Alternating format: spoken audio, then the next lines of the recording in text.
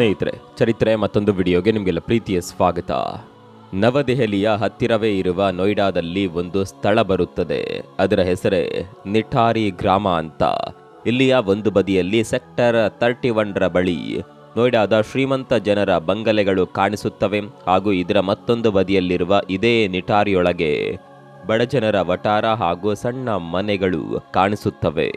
ಇಲ್ಲಿ ವಾಸವಿರುವ ಬಹುತೇಕ ಜನರು ಬಿಹಾರ ಮೂಲದ ಕೂಲಿ ಕಾರ್ಮಿಕರು, ರಿಕ್ಷಾ ಚಾಲಕರು, ಮನೆ ಕೆಲಸ ಮಾಡುವವರು, ದೇಶದ ಹಿಂದುಳಿದ ಪ್ರದೇಶಗಳಿಂದ ಬಂದವರೇ ಆಗಿದ್ದಾರೆ. ಹೀಗಿರುವಾಗ 2006ರ ಮೇ 7ರ ಸಂಜೆ ನಿಠಾರಿಯ ಒಂದು ಬಸ್ತಿಯಲ್ಲಿ ವಾಸ ಮಾಡ್ತಾ ಇದ್ದ ನಂದಲಾಲ್ ಎಂಬುವವರ ಮನೆಯಲ್ಲಿ ಅವ್ಯಕ್ತವಾದ ಚಿಂತೆಯೊಂದು ಆವರಿಸಿತ್ತು. ಯಾಕಂದ್ರೆ ಅವರ 22 ವರ್ಷ ಪ್ರಾಯದ ಮಗಳು ಪಾಯಲ್ ಬೆಳಗಿನಿಂದಲೂ ಮನೆಗೆ ಬಂದಿರಲಿಲ್ಲ. ಅವತ್ತು ಅವಳು ಸೆಕ್ಟರ್ 31ರ ಕೋಟೆ ನಂಬರ್ D5ಗೆ ಹೋಗಿದ್ದಳು. ಹಾಗೂ ತಾನಿಲ್ಲಿಗೆ ಹೋಗುವ ಸಂಗತಿಯನ್ನ ಸಹ ಆಕೆ ತನ್ನ ತಂದೆಗೆ ಹೇಳಿಯೇ ಹೋಗಿದ್ದಳು. ಆದರೆ ಅಲ್ಲಿ ಹೋದ ಕ್ಷಣದಿಂದಲೇ ಅವಳ ಫೋನ್ ಸ್ವಿಚ್ ಆಫ್ ಆಗಿತ್ತು. ಬಹಳ ಹೊತ್ತಾದರೂ ಸಹ ಅವರ ಮಗಳು ಪಾಯಲ್ ಮನೆಗೆ ಬರಲಿಲ್ಲ. ಇದರಿಂದ ಆಕೆಯ ತಂದೆ ತಾಯಿ ಸಹಜವಾಗಿಯೇ ಭಯಪಟ್ಟರು. ಹೀಗೆ ಭಯಪಡಲು ಬೇರೆ ಇನ್ನೂ ಒಂದು ಕಾರಣ ಕೂಡ ಅಲ್ಲಿತ್ತು. ಅದೇನು ಅಂದ್ರೆ, ಅವರಿದ್ದ ನಿಠಾರಿಯಲ್ಲಿ ಕಳೆದ 2 ವರ್ಷಗಳಿಂದ ಹಲವಾರು ಚಿಕ್ಕ ಮಕ್ಕಳು ಹಾಗೂ ಯುವಕ ಯುವತಿಯರು ಇದೇ ತರ ನಿಗೂಢ ರೀತಿಯಲ್ಲಿ ಕಣ್ಮರೆಯಾಗುತ್ತಿದ್ದರು. ಮಗಳಿಗಾಗಿ ಕಾದು ಕಾದು ಸಾಕಾದ ನಂದಲಾಲ್ಗೆ ಇನ್ನೂ ಹೆಚ್ಚು ಹೊತ್ತು ಸಹಿಸಿಕೊಳ್ಳೋದಕ್ಕಾಗ್ಲಿಲ್ಲ. ಅವರು ತಕ್ಷಣ ತಮ್ಮ ಮಗಳನ್ನ ಹುಡುಕಲು ನಿರ್ಧಾರ ಮಾಡ್ತಾರೆ. ಮೊದಲು ಅವಳನ್ನ ಮನೆಯಿಂದ ಕೆಲಸದ ಸ್ಥಳಕ್ಕೆ ಕರೆದುಕೊಂಡು ಹೋಗಿದ್ದ ಆ ರಿಕ್ಷಾವಾಲನನ್ನ ಹುಡುಕಿದ್ರು. ಅವನು ಸಿಕ್ಕ ನಂತರ ವಿಚಾರಿಸಿದಾಗ ಅವನಿಗೆ ಪಾಯಳ್ಳನ್ನ ನೀನು D5ಗೆ ಡ್ರಾಪ್ ಮಾಡಿದ್ದು ನಿಜಾನಾ ಅಂತ ಕೇಳಲಾಯಿತು. ಯಾವಾಗ ಅವರು ಆ ಏರಿಯಾದ ಹೆಸರು ಹೇಳಿದ್ರೋ ಆಗ ರಿಕ್ಷಾವಾಲನು D5 ಎಂಬ ಹೆಸರು ಕೇಳುತ್ತಿದ್ದಂತೆಯೇ ಗಾಬರಿ ಆಗ್ತಾನೆ. ಅದರ ಬಗ್ಗೆ ಮುಂದೆ ಅವನು ತಿಳಿಸಿದ ಕೆಲವು ವಿಷಯಗಳು ಅವರನ್ನ ಸಹ ಗಾಬರಿಯುಂಟು ಮಾಡುವಂತೆ ಇದ್ವು. ಅವನ ಪ್ರಕಾರ ಅವತ್ತು ಆ ಆಟೋವಾಲ ಅವಳನ್ನ D5 ಹತ್ರ ಡ್ರಾಪ್ ಮಾಡಿದ. ಆದರೆ ಅವಳು ಹಣ ಕೊಡದೆ ಒಳಗೆ ಹೋದ್ಲು. ಅವಳು ಹಿಂತಿರುಗಿ ಹಣ ಕೊಡುತ್ತಾಳೆ ಎಂದುಕೊಂಡ ಆಟೋದವನು ಅವಳಿಗಾಗಿ ಅಲ್ಲೇ ಕಾದ. ಆದರೆ ಅವಳು ಬರಲಿಲ್ಲ.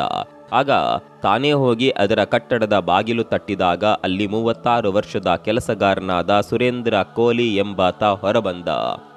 ಅವನನ್ನ ತಾನು ಇಲ್ಲಿಗೆ ಕರೆತಂದ ಪಾಯಲ್ ಎಲ್ಲಿ, ಅವರು ಒಳಗಿದ್ರೆ ಸ್ವಲ್ಪ ಅವರನ್ನ ಕರೆಯಿರಿ ಎಂದು ಆಟೋದವನು ಅವನನ್ನ ಕೇಳಿದಾಗ ಅವನು ಅಂಥವರು ಇಲ್ಲಿ ಯಾರೂ ಇಲ್ಲ, ನೀನಿನ್ನು ಇಲ್ಲಿಂದ ಸುಮ್ಮನೆ ಹೋಗು ಎನ್ನುತ್ತಾನೆ.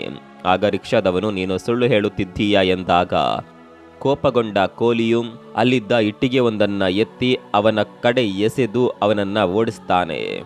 ಆಟೋದವನು ಹೇಳಿದ್ದನ್ನೆಲ್ಲ ಕೇಳಿದ ನಂತರ ನಂದಲಾಲ್ ಅವರ ಶಂಕೆ ಕನ್ಫರ್ಮ್ ಆಯಿತು. ಅವರ ಮಗಳು ಕಾಣೆಯಾಗಲು ಕೋಟೆ D5ರ ಜನರೇ ಕಾರಣ ಎಂದು ಅವರು ಅರ್ಥ ಮಾಡಿಕೊಳ್ತಾರೆ. ಆದ್ದರಿಂದ ತಡ ಮಾಡದೆ ನಂದಲಾಲ್ ಸ್ಥಳೀಯ ಪೊಲೀಸ್ ಠಾಣೆಗೆ ಹೋಗ್ತಾರೆ. ಪೊಲೀಸರಿಗೆ ಈ ಬಗ್ಗೆ ದೂರು ನೀಡಿದ್ರೂ ಸಹ ಪೊಲೀಸರು ಈ ವಿಷಯವನ್ನ ಲೆಕ್ಕಿಸದೆ ಏನೇನೋ ಸಬೂಬು ನೆವಗಳನ್ನ ಹೇಳಿ ಅವರನ್ನ ಅಲ್ಲಿಂದ ಹೊರಹಾಕಲು ಯತ್ನಿಸ್ತಾರೆ. 2004ರಿಂದಲೂ ಸಹ ನಿಠಾರಿಯಲ್ಲಿ ಇಂತಹ ಕೇಸ್ಗಳು ಪ್ರತಿದಿನ ವರದಿಯಾಗ್ತಾ ಇದ್ವು. ನಂದಲಾಲ್ ತಾವು ತಂದ ದೂರನ್ನ ಪರಿಗಣಿಸುವಂತೆ ಪೊಲೀಸರನ್ನ ತುಂಬಾ ವಿನಂತಿಸಿಕೊಳ್ತಾರೆ. ಆಗ ಪೊಲೀಸರು ನಿಮ್ಮ ಮಗಳು ಪಾಯಲ್ ಯಾರಾದರೂ ಹುಡುಗನೊಂದಿಗೆ ಓಡಿ ಹೋಗಿರಬಹುದು ಅನ್ಸುತ್ತೆ ಎಂದು ಹೇಳಿ ಕಳಿಸ್ತಾರೆ. ಇನ್ನು ಈ ಪೊಲೀಸರನ್ನ ನಂಬಿದ್ರೆ ಕಷ್ಟ ಅಂತ ಮರುದಿನ ನಂದಲಾಲ್ ಸ್ವತಃ ತಾವೇ ಕೋಟೆಗೆ ಹೋಗ್ತಾರೆ. ಅಲ್ಲಿ 52 ವರ್ಷದ ಮುನಿಂದರ್ ಸಿಂಗ್ ಫಂಡೇರ್ ಎಂಬ ವ್ಯಕ್ತಿಯೊಬ್ಬ ಹೊರಬಂದ. ಅವನು ಪಾಯಳ್ಳನ್ನ ಅಲ್ಲೆಲ್ಲೋ ನೋಡ್ಲೇ ಇಲ್ಲವೆಂದು ಹೇಳಿದ. ಇದನ್ನ ಕೇಳಿದ ನಂದಲಾಲ್ ಮತ್ತು ಅವರ ಹೆಂಡತಿ ಸಂಪೂರ್ಣವಾಗಿ ಕುಗ್ಗಿ ಹೋದರು. ಅವರಿಗೆ ಆ ಕಠಿಣ ಸಂದರ್ಭದಲ್ಲಿ ಯಾರೂ ಸಹಾಯಕ್ಕೆ ಸಿಗಲಿಲ್ಲ. ಮಗಳ ಬಗ್ಗೆ ತಿಳಿಯದೆ ಅಸಹಾಯಕರಾದ ಅವರು ಆ ರಾತ್ರಿ ಇಡೀ ಅಳುತ್ತಲೇ ಕಾಲ ಕಳೆದರು. ಈ ಒತ್ತಡದ ನಡುವೆಯೂ ಸಹ ಪತ್ನಿಗೆ ಧೈರ್ಯ ಹೇಳಿದ ನಂದಲಾಲ್ ಅದೇನೇ ಆಗ್ಲಿ ನಾನಂತೂ ಮಗಳನ್ನ ಹುಡುಕಿ ಪತ್ತೆ ಹಚ್ಚಿ ಸುರಕ್ಷಿತವಾಗಿ ಮನೆಗೆ ಅವಳನ್ನ ಕರೆತರುತ್ತೇನೆ ಎಂದು ನಿರ್ಧರಿಸ್ತಾರೆ. ಅವರ ಬಳಿ ಸ್ವಲ್ಪ ಹಣವಿತ್ತು. ಇದರ ಸಹಾಯದಿಂದ ಕಾನೂನಿನ ಮೊರೆ ಹೊಕ್ಕ ಅವರು ಸೂಕ್ತ ವಕೀಲರನ್ನ ಕಂಡು ಆ ಹಣವನ್ನ ಅವರ ಕೈಗಿಟ್ಟರು.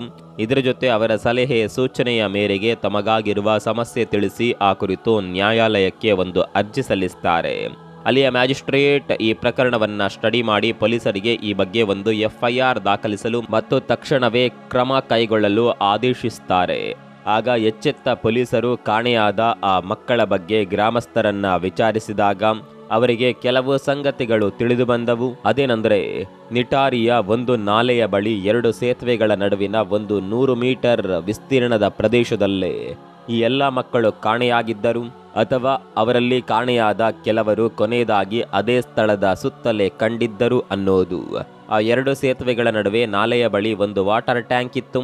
ಕೆಲವು ಗ್ರಾಮಸ್ಥರ ಪ್ರಕಾರ ಅದು ಭೂತದ ಇರುವಿಕೆ ಹಾಗೂ ಕಾಟ ಇರುವ ವಿಚಿತ್ರ ಹಾಂಟೆಡ್ ಸ್ಥಳವಂತೆ. ಅಲ್ಲಿರುವ ಯಾವುದೋ ಭೂತ ಮಕ್ಕಳನ್ನ ಕೊಲ್ಲುತ್ತದೆ ಎಂದು ನಂಬಿಕೆ ಆ ಜನರಲ್ಲಿತ್ತು. ಆದ್ದರಿಂದ ಸಾಮಾನ್ಯವಾಗಿ ಅಲ್ಲಿಗೆ ಯಾರೂ ಹೋಗುತ್ತಿರಲಿಲ್ಲ. ಪೊಲೀಸರು ಆ 100 ಮೀಟರ್ನ ಆ ಸ್ಥಳಕ್ಕೆ ಬ್ಲ್ಯಾಕ್ ಹೋಲ್ ಎಂದು ಹೆಸರಿಟ್ಟು ಅಲ್ಲಿಯೇ ಅವರ ಗಸ್ತು ಪ್ರಾರಂಭಿಸಿದ್ರು. ಆದರೂ ಸಹ ಮಕ್ಕಳು ಅಲ್ಲಿಂದ ಕಾಣೆಯಾಗುವ ಘಟನೆಗಳು ಯಥಾಪ್ರಕಾರ ಮುಂದುವರಿದವು. ಆದರೆ ಅಲ್ಲಿ ನಿಜವಾಗಿ ಇದ್ದದ್ದಾದರೂ ಏನು? ಅದೇನು ನಿಜವಾಗಿಯೂ ಭೂತಾನ? ಅಥವಾ ಆ ಹೆಸರಿನಲ್ಲಿ ಯಾವುದಾದರೂ ಗ್ಯಾಂಗ್ ಅಥವಾ ಸೀರಿಯಲ್ ಕಿಲ್ಲರ್ ನಡೆಸ್ತಿದ್ದ ಸಮಾಜಘಾತುಕ ಕೆಲಸವಿರಬಹುದೇ? ಈ ಯಾವ ಪ್ರಶ್ನೆಗೂ ಸದ್ಯಕ್ಕೆ ಯಾರಿಗೂ ಉತ್ತರ ಸಿಗಲಿಲ್ಲ.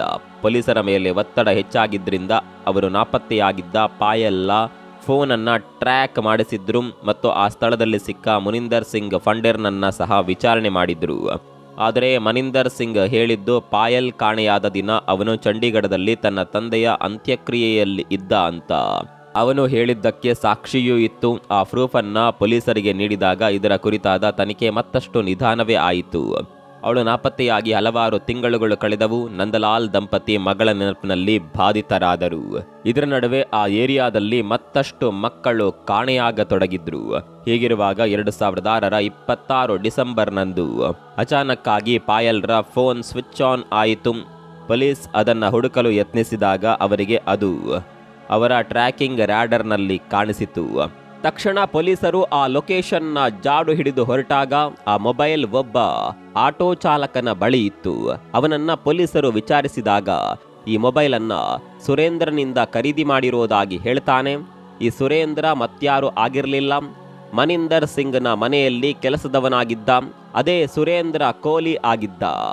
ಮುಂದೆ ಪೊಲೀಸರು 29ರ ಡಿಸೆಂಬರ್ನಂದು ರಾತ್ರಿ ಆತನನ್ನ ಅರೆಸ್ಟ್ ಮಾಡ್ತಾರೆ ಹಾಗೂ ಅವನ ಯಜಮಾನನಾಗಿದ್ದ ಮನಿಂದರ್ ಸಿಂಗ್ ಫಂಡೇರ್ ಅವರನ್ನ ಸಹ ಅವರ ಬಂಗಲೆಯಿಂದ ಪೊಲೀಸ್ ಅರೆಸ್ಟ್ ಮಾಡ್ತಾರೆ. ಮುಂದೆ ಇವರ ವಿಚಾರಣೆ ನಡೆಸಿದ ಬಳಿಕ ಪೊಲೀಸರಿಗೆ ಇದ್ದ ಶಂಕೆ ಇನ್ನಷ್ಟು ಜಾಸ್ತಿಯೇ ಆಯಿತು. ಈ ಕೇಸಿನ ಸುತ್ತ ಈಗ ಅರೆಸ್ಟ್ ಆದವರಿಂದ ಅವರ ಸಂದೇಹ ಬಲವಾದ ನಂತರ ಅವರು ತಕ್ಷಣ ನಿಟಾರಿಯ ಆ ನಾಲೆಯ ಬಳಿ ಹೋಗ್ತಾರೆ. ಅಲ್ಲಿ ತಮಗೆ ಕಂಡದ್ದನ್ನ ನೋಡಿ ಅವರ ದೇಹ ಒಂದು ಸಲ ಸೋಜಿಗದಿಂದ ಕಂಪಿಸಿತ್ತು. ಆ ನೀರಿನ ನಾಲೆಯಲ್ಲಿ ಹಲವಾರು ಪ್ಲಾಸ್ಟಿಕ್ ಬ್ಯಾಗ್ಗಳು ಹಾಗೂ ಅವುಗಳಲ್ಲಿ ಮಾನವ ಎಲುಬುಗಳು, ಒಬ್ಬ ಹುಡುಗನ ಕತ್ತರಿಸಿದ ತಲೆ, ಇತರರ ದೇಹದ ತುಂಡುಗಳು ಮತ್ತು ಕಾಣೆಯಾದ ಮಕ್ಕಳ ಬಟ್ಟೆ, ಚಪ್ಪಲಿಗಳು, ಹೀಗೆ ಭೀತಿ ತರುವ ಹಲವು ಮೈ ನವಿರೇಳಿಸುವ ಸಂಗತಿಗಳು ಪತ್ತೆಯಾದವು. ಆ ಸ್ಥಳದಲ್ಲಿ ಈ ರೀತಿ ಒಟ್ಟು 19 ಜನರ ಅವಶೇಷಗಳು ಅವರಿಗೆ ದೊರೆತವು. ಈಗ ಬಂಧಿತನಾಗಿದ್ದ ಆರೋಪಿ ಸುರೇಂದ್ರ ತಾನೇ ನಾಪತ್ತೆಯಾಗಿದ್ದ ಪಾಯಲ್ಲನ್ನ ಅಪಹರಿಸಿ ಬಲವಂತದಿಂದ ಅವಳನ್ನ ಕೊಲೆ ಮಾಡಿರೋದಾಗಿ ಪೊಲೀಸರ ಮುಂದೆ ಒಪ್ಪಿಕೊಂಡ. ಅವನು ಪಾಯಳ್ಳನ್ನ ಅವಳ ದುಪ್ಪಟ್ಟದಿಂದ ಅವಳ ಕುತ್ತಿಗೆಗೆ ಬಿಗಿದು ಉಸಿರುಗಟ್ಟಿಸಿ ಕೊಲೆ ಮಾಡಿದ್ದ. ನಂತರ ಅವಳ ದೇಹವನ್ನ ತುಂಡು ಮಾಡಿ ಅವುಗಳನ್ನ ಬೇಯಿಸಿ ನರಮಾಂಸ ಸೇವನೆ ಮಾಡ್ತಾ ಇದ್ದ. ಈ ರೀತಿಯ ಬೆಚ್ಚಿ ಬೀಳಿಸುವ ಸತ್ಯವನ್ನ ಸ್ವತಃ ಸುರೇಂದ್ರನೇ ಪೊಲೀಸರಿಗೆ ಹೇಳಿದ್ದು. ಇಷ್ಟೇ ಅಲ್ಲ, ಅವನು ತಾನು ಅಪಹರಿಸಿ ಕೊಂದ ಇತರೆ ಮಕ್ಕಳೊಡನೆ ಸಹ ಅದನ್ನೇ ಮಾಡುತ್ತಿದ್ದನಂತೆ. ಮುಂದೆ ನಡೆದ ಸೈಕಲಾಜಿಕಲ್ ಟೆಸ್ಟ್ಗಳಲ್ಲಿ ಅವನು ಹೇಳಿದ್ದು ಅತ್ಯಂತ ವಿಚಿತ್ರವಾಗಿತ್ತು. ಅವನು ಹೇಳಿದ್ದೇನೆಂದರೆ, ಅವನ ಕನಸಿನಲ್ಲಿ ಬಿಳಿ ಕೂದಲಿನ ಸೀರೆ ತೊಟ್ಟ ಹೆಂಗಸು ಬಂದು ಕೊಲೆ ಮಾಡುವ ತನಕ ಅವನೊಂದಿಗೆ ಇರುತ್ತಿದ್ದಳಂತೆ. ಈ ಕುರಿತು ಇನ್ನೊಬ್ಬ ಆರೋಪಿಯಾದ ಮನಿಂದರ್ನನ್ನ ವಿಚಾರಿಸಿದಾಗ ಅವನು ಹೇಳಿದ್ದೇನೆಂದರೆ, ನಾನು ಬಹುತೇಕ ಸಮಯ ಮನೆಯಿಂದ ಹೊರಗಿರ್ತಾ ಇದ್ದೆ, ಹಾಗಾಗಿ ನನಗೆ ಈ ಬಗ್ಗೆ ಏನೂ ತಿಳಿದಿಲ್ಲ ಅಂತ. ಆದರೆ ಸುರೇಂದ್ರ ಹೇಳಿದ್ದೇ ಬೇರೆ. ಅವನು ತನ್ನ ಮಾಲೀಕನಾದ ಫಂಡೇರ್ನ ಆದೇಶದ ಮೇರೆಗೆ ಈ ಕೆಲಸ ಮಾಡ್ತಾ ಇದ್ದನಂತೆ. ಅವರ ಸೂಚನೆಯ ಮೇರೆಗೆ ಅವನು ಮಕ್ಕಳನ್ನ ಹಣ ಮತ್ತು ಉದ್ಯೋಗದ ಆಮಿಷ ನೀಡಿ ತನ್ನೊಂದಿಗೆ ಕರೆದುಕೊಂಡು ಬರುತ್ತಿದ್ದ. ಆನಂತರ ಫಂಡೇರ್ ಅವರಿಂದ ಆ ಮಕ್ಕಳ ಮೇಲೆ ದೈಹಿಕ ಹಾಗೂ ಲೈಂಗಿಕ ದೌರ್ಜನ್ಯ ನಡೆಯುತ್ತಿತ್ತು. ಇದಾದ ನಂತರ ಅವನ ಆಳು ಸುರೇಂದ್ರ ಆ ನತದೃಷ್ಟರನ್ನೆಲ್ಲ ಒಂದೇ ವಿಧದಲ್ಲಿ ಕೊಲೆ ಮಾಡಿ ಅವರೆಲ್ಲ ದೇಹವನ್ನ ತುಂಡು ತುಂಡು ಮಾಡಿ ಕತ್ತರಿಸಿ ಅವರ ದೇಹದ ಕೆಲವು ಭಾಗಗಳನ್ನು ಬೇಯಿಸಿ ತಿನ್ನುತ್ತಿದ್ದ. ಈ ಇಡೀ ಪ್ರಕರಣದ ವರದಿಯ ವಿವರ ಇಷ್ಟು ಭೀಕರವಾಗಿತ್ತು. ಇಲ್ಲಿ ಪೊಲೀಸರು ಇನ್ನಷ್ಟು ಮಾಹಿತಿಯನ್ನ ಪತ್ತೆ ಹಚ್ಚುತ್ತಾರೆ. ಆ ಇಬ್ಬರ ಮೇಲೂ ಈ ಕೇಸ್ನ ಆರೋಪದ ವಾದ ವಿವಾದ ನಡೆದವು.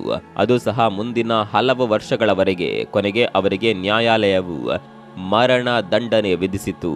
ಆದರೆ ಬಂಧಿತ ಆರೋಪಿ ಅಥವಾ ಅಪರಾಧಿಯಾದ ಫಂಡೇರ್ ಕುಟುಂಬ ಇನ್ನೂ ಅವನು ನಿರ್ದೋಷಿ ಎಂದೇ ವಾದ ಮಾಡ್ತಾ ಇದೆ. ಆದರೆ ನಿಟಾರಿಯ ಜನ ಇದನ್ನ ನಂಬೋದಿಲ್ಲ. ಅಲ್ಲಿ ಅವರದ್ದೇ ಮನೆಯಲ್ಲಿ ಇಷ್ಟೆಲ್ಲ ನಡೆದ್ರೂ ಅವರಿಗೆ ಗೊತ್ತಾಗದೇ ಇರಲು ಸಾಧ್ಯವೇ ಇಲ್ಲ ಅನ್ನೋದು ಇವತ್ತಿಗೂ ಸಹ ನಾವು ನಂಬಲಾಗದ ಸಂಗತಿ. 2007ರಿಂದ 10ರವರೆಗೆ ನಡೆದ ಕೋರ್ಟ್ನ ವಾದ ವಿವಾದದ ಬಳಿಕ 2010-11ರಲ್ಲಿಯೇ ಇವರಿಗೆ ಮರಣದಂಡನೆಯ ಶಿಕ್ಷೆಯ ತೀರ್ಪು ಪ್ರಕಟವಾದರೂ ಸಹ ಮುಂದೆ ಅನೇಕ ಸಲ ಅವರು ಹಾಕಿದ ಅಪೀಲ್ಗಳು ಗೆದ್ದು ಇವರ ಮರಣದಂಡನೆ ಕಡಿತವಾಗಿ ಜೀವಾವಧಿಗೆ ಅವರ ಶಿಕ್ಷೆ ಕನ್ವರ್ಟ್ ಆಯಿತು. 2023ರಲ್ಲಿ ಅಲಹಾಬಾದ್ ಹೈಕೋರ್ಟ್ ಇವರ ಮೇಲೆ ಇರುವ ಯಾವುದೇ ಆಪಾದನೆಗೂ ಸಹ ಸರಿಯಾದ ಸಾಕ್ಷಿ ಇಲ್ಲ ಎಂದು ಹೇಳಿ ಅವರ ಮೇಲಿನ ಎಲ್ಲಾ ಚಾರ್ಜ್ಗಳನ್ನ ಸಹ ಅದು ನಿರಾಕರಿಸಿ ಇವರನ್ನ ರಿಲೀಸ್ ಮಾಡ್ತು ಕೂಡ. ಇವರಿಂದ ನಿಟಾರಿಯ ಸುತ್ತಮುತ್ತ ಸುಮಾರು 20 ಜನ ಮಕ್ಕಳು ಹಾಗೂ ಯುವತಿಯರು ಕಣ್ಮರೆಯಾಗಿದ್ದಾರೆ. ಅವರ ಪೈಕಿ 8 ಮಕ್ಕಳ ಹಾಗೂ ಒಬ್ಬ ಯುವತಿಯ ಶವದ ಅವಶೇಷಗಳು ಸಹ ಸಿಕ್ಕಿವೆ. ಹೀಗಿದ್ದು ಶಿಕ್ಷೆಯಿಂದ ನುಣುಚಿಕೊಂಡಿದ್ದು ವಿಪರ್ಯಾಸವೇ ಸರಿ. ಇವರ ಮೇಲೆ ಮತ್ತೆ ತನಿಖೆ ನಡೆದು ಅವರು ಮಾಡಿದ ಎಲ್ಲದಕ್ಕೂ ಸಹ ಕಠಿಣ ಶಿಕ್ಷೆ ಸಿಗಲೇಬೇಕು ಎನ್ನುವ ಜನಾಗ್ರಹ ಬಹಳ ವರ್ಷಗಳಿಂದ ಚರ್ಚೆಯಲ್ಲಿದೆ. ಈ ಕೇಸ್ನ ಕರಾಳತೆಯ ಪರಿಣಾಮವಾಗಿ ಇಂದಿಗೂ ನಿಟಾರಿಯಲ್ಲಿ ಇಂತಹ ಅಪಾಯಗಳು ಇನ್ನಷ್ಟು ನಡೆದು ಬಿಡಬಹುದೇ ಎನ್ನುವ ಭೀತಿ ಅಲ್ಲಿಯ ಜನವಾಸಿಗಳಲ್ಲಿದೆ. ಆದರೆ ಇಲ್ಲೊಂದು ವಿಷಯ ಸ್ಪಷ್ಟವಾಗಿಲ್ಲ. ಈ ಅಪರಾಧದ ನಿಜವಾದ ಉದ್ದೇಶ ಏನಿರಬಹುದು ಅನ್ನೋದರ ಬಗ್ಗೆ ಇಂದಿಗೂ ಸಹ ಸ್ಪಷ್ಟತೆ ಇಲ್ಲ. ಅದೇನೇ ಇರಲಿ, ಇಂತಹ ಕ್ರೂರತೆ ಭಾರತದಲ್ಲಿ ಮತ್ತೆ ಎಂದೂ ಆಗಿಲ್ಲ ಹಾಗೂ ಇಂಥದ್ದು ಯಾವತ್ತೂ ಸಹ ನಡೆಯಬಾರದು ಕೂಡ. ಈ ಕೇಸ್ನ ಬಗ್ಗೆ ನಿಮ್ಗೆ ಏನನ್ಸುತ್ತೆ ಕಾಮೆಂಟ್ ಮಾಡಿ.